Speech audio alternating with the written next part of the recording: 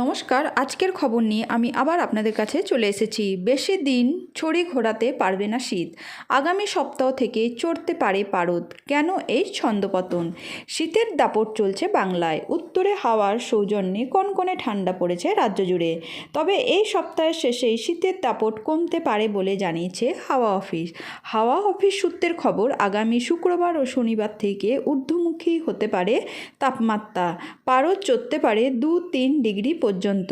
ডিসেম্বরের শেষের মুখে তাপমাত্রা বাড়ার সঠিক কারণ কী তা জানাননি আবহাওয়াবিদেরা। তবে মনে করা হচ্ছে হাওয়ার গতিপথে কোনো পরিবর্তনের কারণে তাপমাত্রা বাড়বে। রবিবারের তুলনায় সোমবার কলকাতার তাপমাত্রা সামান্য বেশি। রবিবার শহরের সর্বনিম্ন তাপমাত্রা ছিল 13.7 ডিগ্রি সেলসিয়াস। রবিবার তা বেড়ে হয়েছে 14.1 ডিগ্রি সেলসিয়াস, যা স্বাভাবিকের চেয়ে 1 ডিগ্রি কম। সর্বোচ্চ তাপমাত্রা 25.3 ডিগ্রি সেলসিয়াস। যদিও মেদিনীপুর, বাঁকুড়া, পুরুলিয়া, বীরভূমের মতো জেলাগুলিতে বেশ ঠান্ডা রয়েছে। পাশাপাশি আবহাওয়াবিদরা জানিয়েছেন, আগামী 2 দিন তাপমাত্রার বিশেষ হেরফের হবে না দক্ষিণবঙ্গের জেলাগুলিতে। উত্তরের জেলাগুলিতে কোথাও কোথাও ঘন কুয়াশা থাকবে, ব্যাপক ঠান্ডাও পড়বে। সোমবার দার্জিলিংয়ে সর্বনিম্ন তাপমাত্রা 5.2 ডিগ্রি সেলসিয়াস, যা আগামী কয়েকদিনে রাজ্যের কোথাও বৃষ্টির সম্ভাবনা নেই।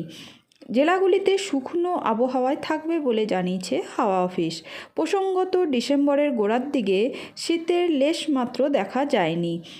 বঙ্গোপসাগরে তৈরি হওয়া ঘূর্ণিঝড় মিগজাউমের প্রভাবে তামিলনাড়ু, অন্ধ্রপ্রদেশের উপকূলে ব্যাপক ঝড় বৃষ্টি হয়েছিল। প্রভাব পড়েছিল বঙ্গেও। 3 দিন ধরে কলকাতা সহ দক্ষিণবঙ্গের একাধিক এলাকায় হালকা থেকে মাঝারি বৃষ্টি চলেছে, যার ফলে স্যাঁতস্যাঁতে আবহাওয়া তৈরি হয়েছিল।